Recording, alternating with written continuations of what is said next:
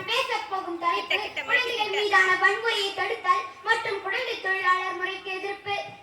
குழலி நிதி யாரின் நிதி என்பர் தம் மக்கள் மழலைச் சொல் கேளாதவர் என்று வள்ளுவன் வாட்டி பாடிய இளம் பிஞ்சுகள் இன்று எப்படி வாழ்கிறார்கள்? புத்தகங்கள் ஏந்த வேண்டிய பிஞ்சு விரல்களில் சுமை ஏற்றி சிரிப்பை திருடி விட்டோம். விளையாட வேண்டிய பிஞ்சு பாதங்களை உழைப்பு என்னும் தீயில் தள்ளி விட்டோம். மலர வேண்டிய அரும்புகள் இவை வன்முறை புயலில் கருகலாமா?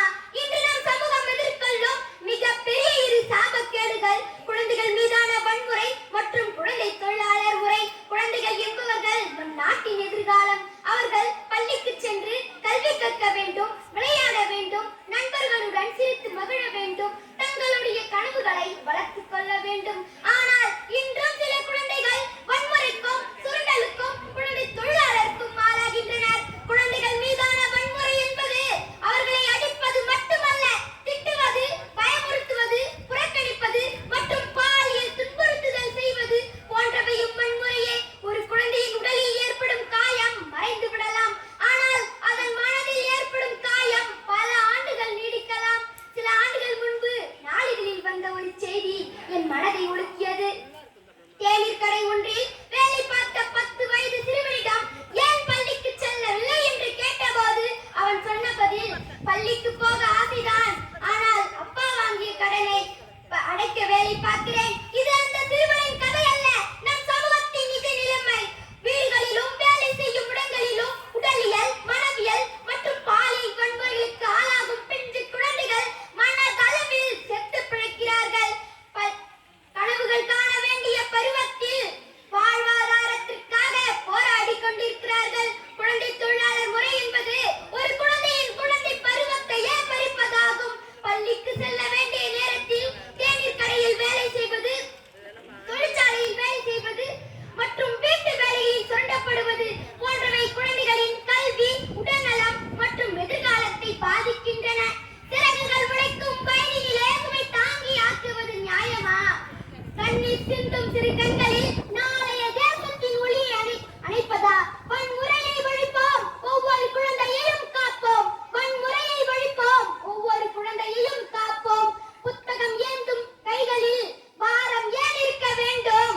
பள்ளிக்கு செல்லும் கால்களில் தொழிலின் சங்கிலி ஏன் இருக்க வேண்டும்? குழந்தைகளின் சிரிப்பை காப்போம், அவர்களின் கனவுகளை வளர்ப்போம்.